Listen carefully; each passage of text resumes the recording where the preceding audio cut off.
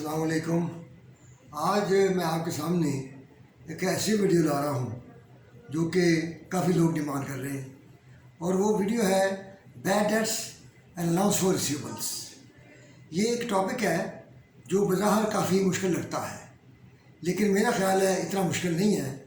इसमें काम करने का तरीका जो है वो होना चाहिए सिस्टमेटिक। तो इसलिए इसको अगर सिस्टमेटिकली चलाएंगे तो आपको ये एक दफ़ा आ गया तो इंशाल्लाह ताला आपके बड़े काम आएगा, क्योंकि अगर सिस्टमेटिक ना नहीं करेंगे तो फिर ये भूल जाता है। इसमें आज हमने क्या करना है, हमें देखना है कि अकाउंट्स रिसीवेबल क्या होते हैं, बैड डेट्स एक्सपेंस क्या होता है और अलाउंस फॉर बैड डेट्स क्या होते हैं, या provision for bad debts. Allowance for bad debts इसे कहते हैं गैप में और प्रोविजन फॉर बैड डेट्स कहते हैं इसे IFRS में। दोनों का मतलब एक ही है, दोनों का तरीक़ाकार एक है। यहाँ पे हमारा जो है वो कन्वर्जेंस है, दोनों जो है इसको लेना चाहते हैं और दोनों एक ही तरीके से लेते हैं। तो सबसे पहले बात है अकाउंट्स रिसीवेबल क्या आते हैं। Accounts receivable is an amount due from a customer to whom we have sold goods और we have provided services। जिसको हमने सर्विसेज प्रोवाइड की हैं या हमने गुड्स प्रोवाइड की हैं, उससे पैसे नहीं लिए, उधार ले दिए on credit, on account. On credit जब देते हैं तो उसमें रिस्क होता है। तो इसलिए सबसे पहली बात हमें ये देखना है कि इसके ऊपर ट्रेड डिस्काउंट देते हैं जिसको हम रिकॉर्ड नहीं करते, नेट ऑफ ट्रेड डिस्काउंट हम रिकॉर्ड करते हैं। दूसरी बात आती है कि हम सबसे पहले इस बात को समझें कि कैश डिस्काउंट क्या होता है। कैश डिस्काउंट होता है the payment discount which is given for early payment. आप अर्ली पेमेंट चाहते हैं और आप उसे देते हैं डिस्काउंट। तो आपको 407 पेज के ऊपर हमने जो एक डिटेल बनाई है उसके मुताबिक 407 पेज के ऊपर जो एंट्रियाँ हैं उसको मैं आपके सामने ला रहा हूँ। वो है एक सेल है 1000 रुपये की, और उसकी जो अपना 2, 10 एंड 30 शर्त है। ये आप समझते हैं 2, 10 एंड 30 का मतलब क्या है। और 100 रुपया उसका सेल रिटर्न है, और इसके ऊपर आप बताएंगे एंट्रियाँ से। अभी मैं आपको बताना चाहता हूँ पहले ताकि आपको समझ आ जाए। वो ये है कि जब आपने account receivable to sales revenue, ये 1000 रुपया है। इसके बाद आपने सेल रिटर्न की है,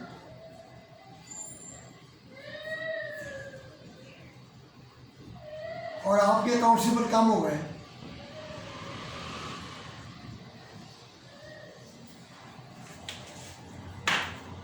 उसके बाद पेमेंट विद इन डिस्काउंट क्या है जी 2, 10 एंड 30।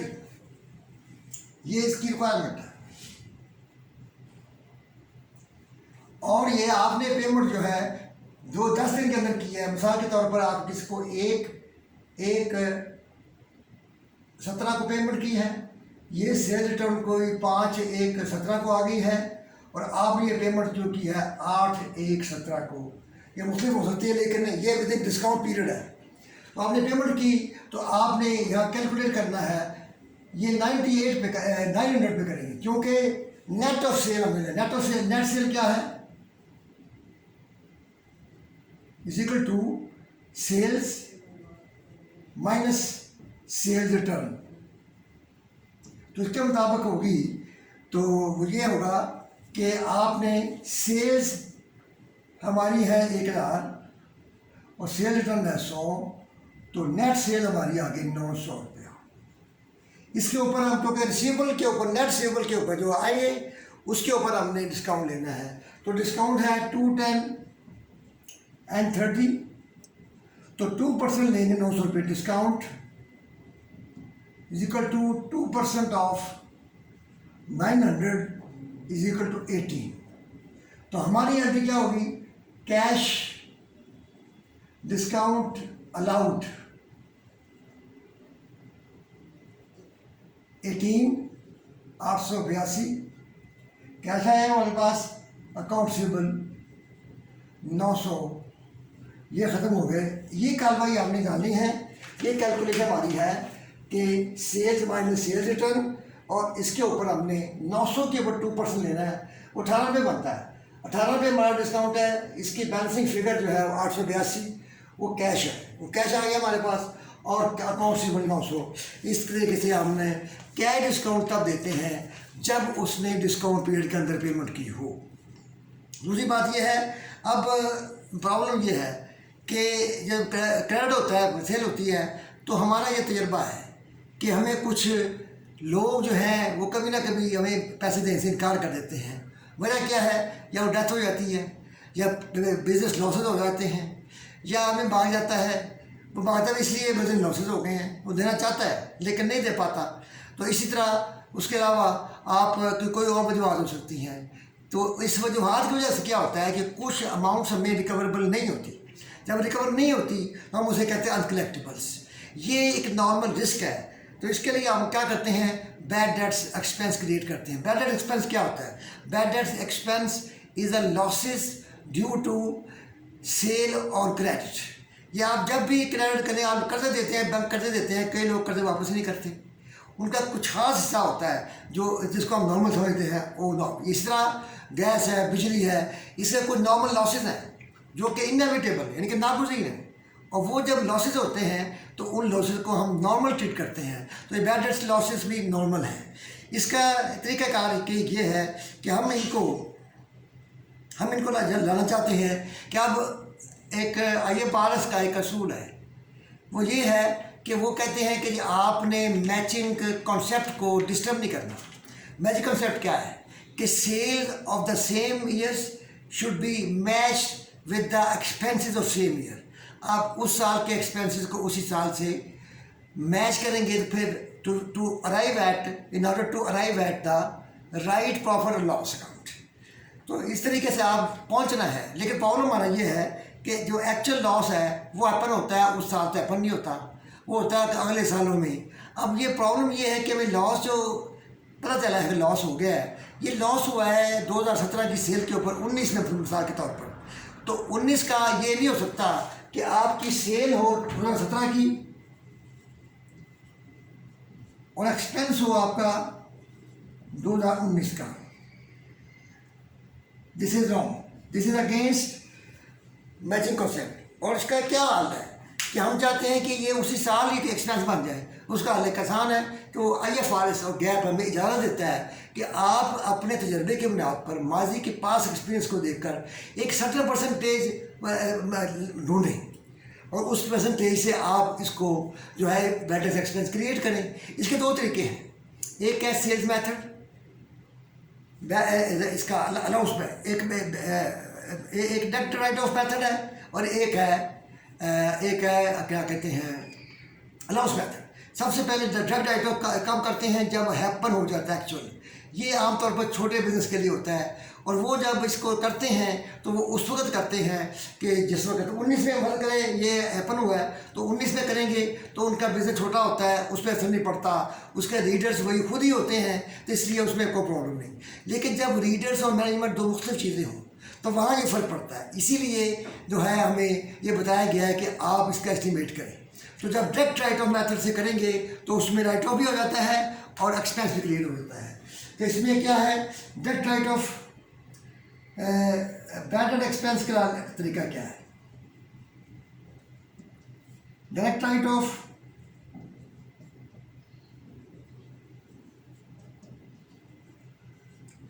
तो बैड डेट एक्सपेंस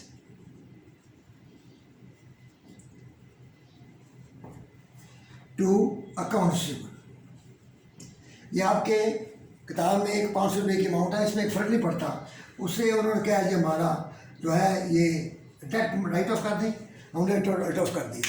तो इसका मतलब ये है कि ये हमने इसको इस वक्त एक्सपेंस ट्रीट किया है, बैड डेट एक्सपेंस, और ये अकाउंट रिसीवेबल को खत्म कर दीजिए। दूसरा मेथड है अलाउंस मेथड। अलाउंस मेथड में दो तरीके हैं।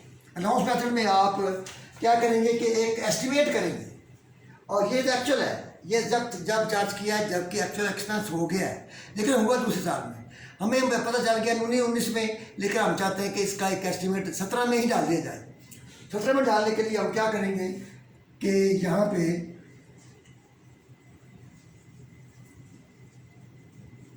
ये करते हैं कि 17 में आप डालने के लिए आप अलाउंस मेथड,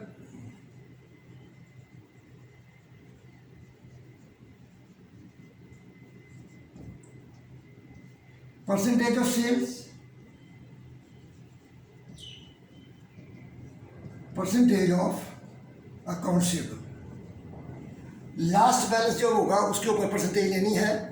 और ये आपका जो सेल है इसमें ये करता है कि सेल की एक परसेंटेज डिटरमिन करता है और हर साल एक एंट्री डालता है। और ये आपके बुक में ये सवाल है एक पेज नंबर 412 पर, और उसके ऊपर लिखा हुआ है कि सेल हुई है 8 लाख और इसका 1% हम बैड डेट्स जो हैं वो क्रिएट करते हैं। तो बैड डेट्स क्या होंगे सेल मेथड में, पहले मेथड में कि बैड डेट्स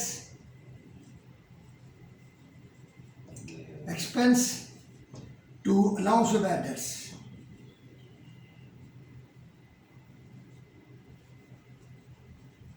ये 8 लाख सेल हुई थी, उसका 1% 8,000। ये जो अमाउंट है इसके लिए 3 अकाउंट खोलने की कोई ज़रूरत नहीं है। ये पहले एक अमाउंट मौजूद है अगर अलाउंस में तो उसमें ये जमा हो जाएगी। इसका ये एंट्री होगी, अलाउंस में क्रेडिट होगा तो अलाउंस में अगर क्रेडिट बैलेंस है तो हम उसमें जमा कर देंगे, अगर डेबिट बैलेंस है तो ऑटोमेटिकली माइनस हो जाएगा। तो इसलिए इसके लिए 3 अकाउंट खोलने की ज़रूरत नहीं, ये काफ़ी है। और आपसे कहें कि अलाउंस मेथड में बैलेंस शीट मेथड है या sale method balance sheet method है, आप कहेंगे अकाउंट्सीबल चूँकि होते हैं बैलेंस शीट में, इसलिए अकाउंट्सीबल जो है परसेंटेज ऑफ अकाउंट्सीबल ये है बैलेंस शीट मेथड और परसेंटेज ऑफ सेल है इनकम स्टेटमेंट मेथड। तो ये तो हो गया ख़त्म। इसके बाद आता है ये हमारा असल और मुश्किल चीज़, वो आता है ये परसेंटेज ऑफ अकाउंट्सीबल। हम यहाँ पे इसको ख़त्म करते हैं और यहाँ लिखते हैं जी सेल्स।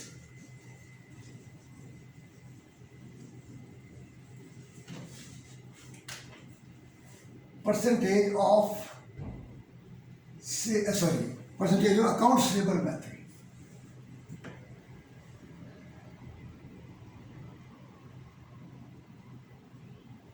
इसमें हमें क्या है, परसेंटेज क्या है उसकी। इसके लिए हम क्या करेंगे, 3 अकाउंट खोलेंगे, अकाउंट पेबल, बैड डेट और अलाउंस ऑफ बैड डेट।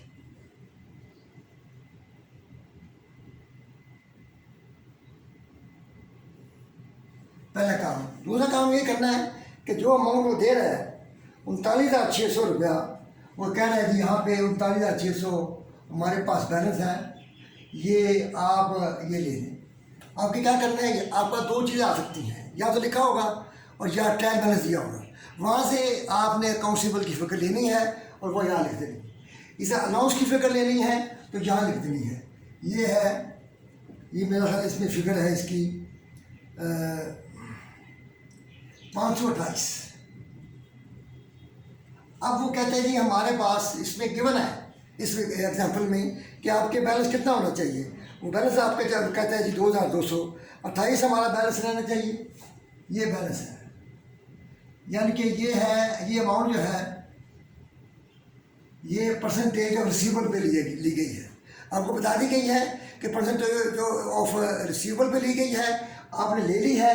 अब इसके बाद आपका वही तरीका जो है लेजर को कंट्रोल करने का, वो ये है कि आप यहाँ बैलेंसिंग फिगर डालते हैं, इसको कहेंगे बैड डेट एक्सपेंस, और ये बनता है कितना बनता है जी 1700। तो ये पूरा हो गया। ये 1700 की एंट्री डालनी है। आपसे पूछेगा जनरल एंट्री क्या होती है, जनरल एंट्री आप ये जानेंगे, बैड डेट एक्सपेंस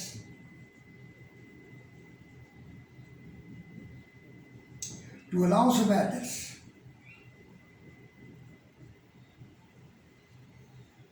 1700 रुपया। जब इसकी पोस्टिंग करेंगे आप, इसकी ये पोस्टिंग तो ऑटोमेटिकली हो गई है। ये पोस्टिंग आप करेंगे, यहाँ पे कोई फिक्र नहीं है, बैलेंस यहाँ पे कोई नहीं है, और आपने यहाँ पे ये 1700 लिखना है। ये मैं आपको बता रहा हूँ, ये कहाँ से आया, अलाउंस से, और ये 1700 यहाँ पे आ गया। ये बैलेंस जाएगा कहाँ, प्रॉफिट एंड लॉस का। अब आपको वहाँ से ये पोस्टिंग मुकम्मल हो गई है इसकी। इसकी प्रोसेस मुकम्मल होने से हमें पूछा जाए कि ये इसमें क्या चीज़ जाएगी बैलेंस शीट में, क्या जाएगी प्रॉफिट लॉस अकाउंट में। आप कहेंगे प्रॉफिट लॉस अकाउंट में जाएगा ये 1700 ऑपरेटिंग एक्सपेंस,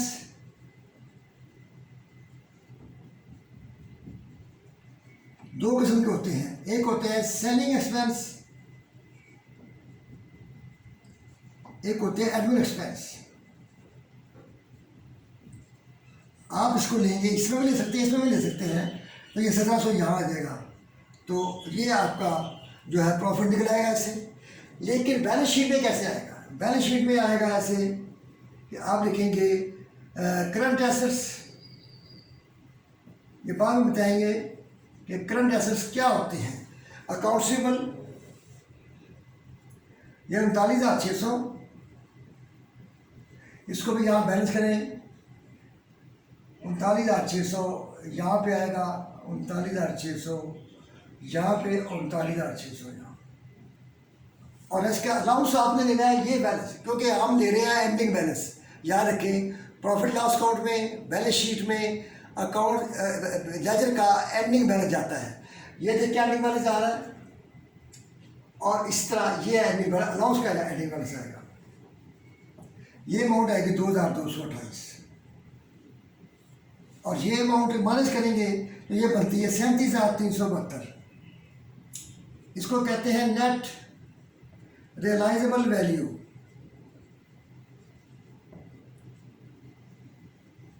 इसको कहते हैं, यानी कि नेट रियलाइजेबल वैल्यू का मतलब क्या है? Value the amount which is expected to be recovered. तो ये जब उन्होंने कह दिया कि 2,227 नहीं मिलेंगे, तो इसका मतलब वो मिल के बन गया हुआ है 2,228, ये हमें नहीं मिलने वाला। तो इसलिए हमने इसको ले लिया है। और ये इस तरीके से हमारा जो बैड डेट्स का है, अगर यहाँ पे कोई अमाउंट हो तो आप इसमें जमा करेंगे, और जमा करके आप यहाँ लेके जाएंगे। ये अब मुकम्मल तौर पर आपको ये बता दिया गया है। इसके बाद आता है जी कि राइट ऑफ कैसे होगा।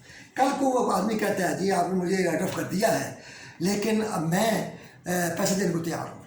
वो पैसे देने को तैयार है, तो हम क्या करते हैं कि हम उसके लिए राइट ऑफ की एंट्रियाँ अलग समझनी पड़ेंगी कि डायरेक्ट राइट ऑफ मेथड में आप इसको पहले कर चुके हैं, और वो जब एक्सपेंस क्रिएट किया था उसको तब राइट ऑफ कर दिया था। क्या एंट्री की थी? Bad debts to accountable. तो मैं दोबारा लिखता हूँ। अब आता है राइट ऑफ। राइट ऑफ कैसे होगा?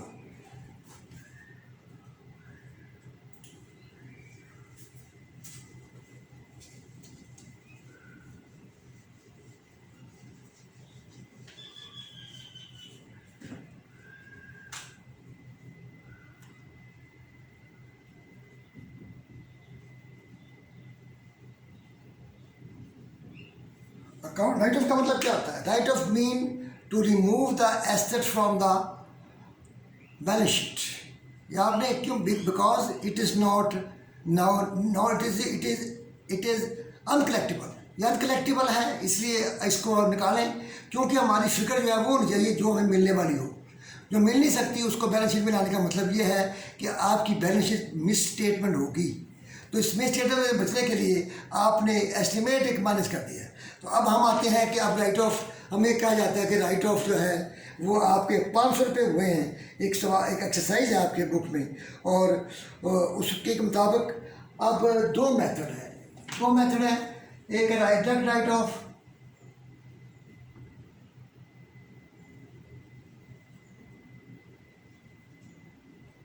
और दूसरा है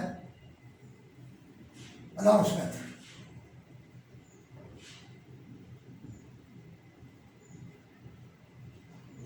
डायरेक्ट राइट ऑफ में आप कर चुके हैं।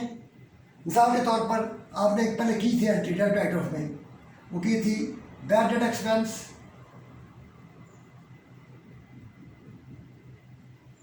To accountable 500। अब वो आदमी यहाँ पे आता है रिकवरी ऑफ बैड डेट्स।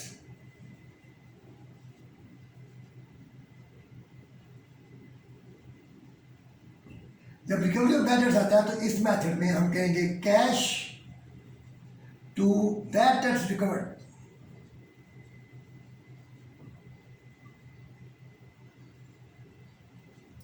ये हमारा 500 जो है एक्सपेंस हो चुका है उस साल, और जब ये पता चलेगा कैसे आएंगे हम उस साल, इसको 500 जो है इनकम में ले लेंगे तो मामला ख़त्म हो जाएगा। पहले लॉस लिया, आप इनकम ले ली, अब वो ख़त्म हो गया। दैन इसके बाद आता है अलाउंस मेथड में right of.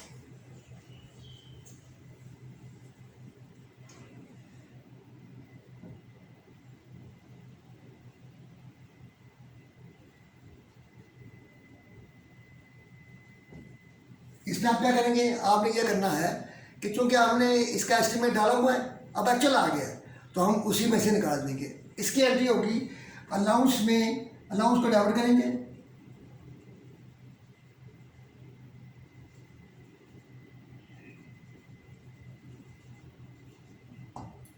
To account receivable 500। तो इस तरीके से आपका ये उतना जो है कम हो जाएगा, अलाउंस कम हो जाएगा और अकाउंट रिसीवेबल ख़त्म हो जाएंगे, क्योंकि हमने वहाँ एस्टिमेट रखा हुआ था लॉस का। उस लॉस के अगेंस्ट हम इसको कहने के कि ये लॉस एक्चुअल हो गया है, अब यहाँ से ये लॉस एक्चुअल जो है कम हो जाएगा जो हमने एस्टिमेट किया हुआ है। इसके बाद वो रिकवरी है। रिकवरी में सबसे पहले हम इस एंट्री को रिवर्स करेंगे। इसमें मेथड में इस एंट्री को रिवर्स करेंगे तो क्या होगा, account receivable to allowance of others.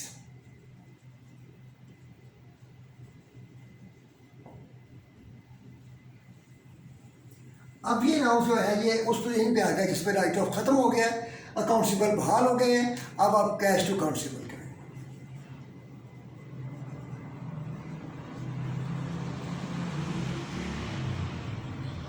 इस तरीके से ये जो है रिकवरी भी हो जाएगी, राइट ऑफ भी हो गया है, ये लॉस मेथड से भी हो गया है, टेट मेथड से भी हो गया है। आप इसको आप गौर से देखें, ये आपकी फरमाइश पे तैयार की गई है, इसके सारी वीडियो देखें, और जहाँ जिन लोगों ने सब्सक्राइब नहीं किया आप सब्सक्राइब करें और हमारी वीडियो उनको पहुँचती रहें, और बेल आइकॉन को ऑल के साथ प्रेस करें और दुआ करें कि इस चैनल को अल्लाह कामयाबी अता फरमाए, आपको इम्तिहान में कामयाबी अता फरमाए, ताकि आपको नेक्स्ट टाइम अपना fundamental of cost and management accounting की वीडियो दी जाए। अल्लाह ताला आपकी हिफाजत करे, आपको कामयाब करे और अल्लाह ताला। और नेक्स्ट टाइम हम अगली वीडियो के लिए इंशाल्लाह जल्द हाज़िर होंगे। अल्लाह हाफिज़।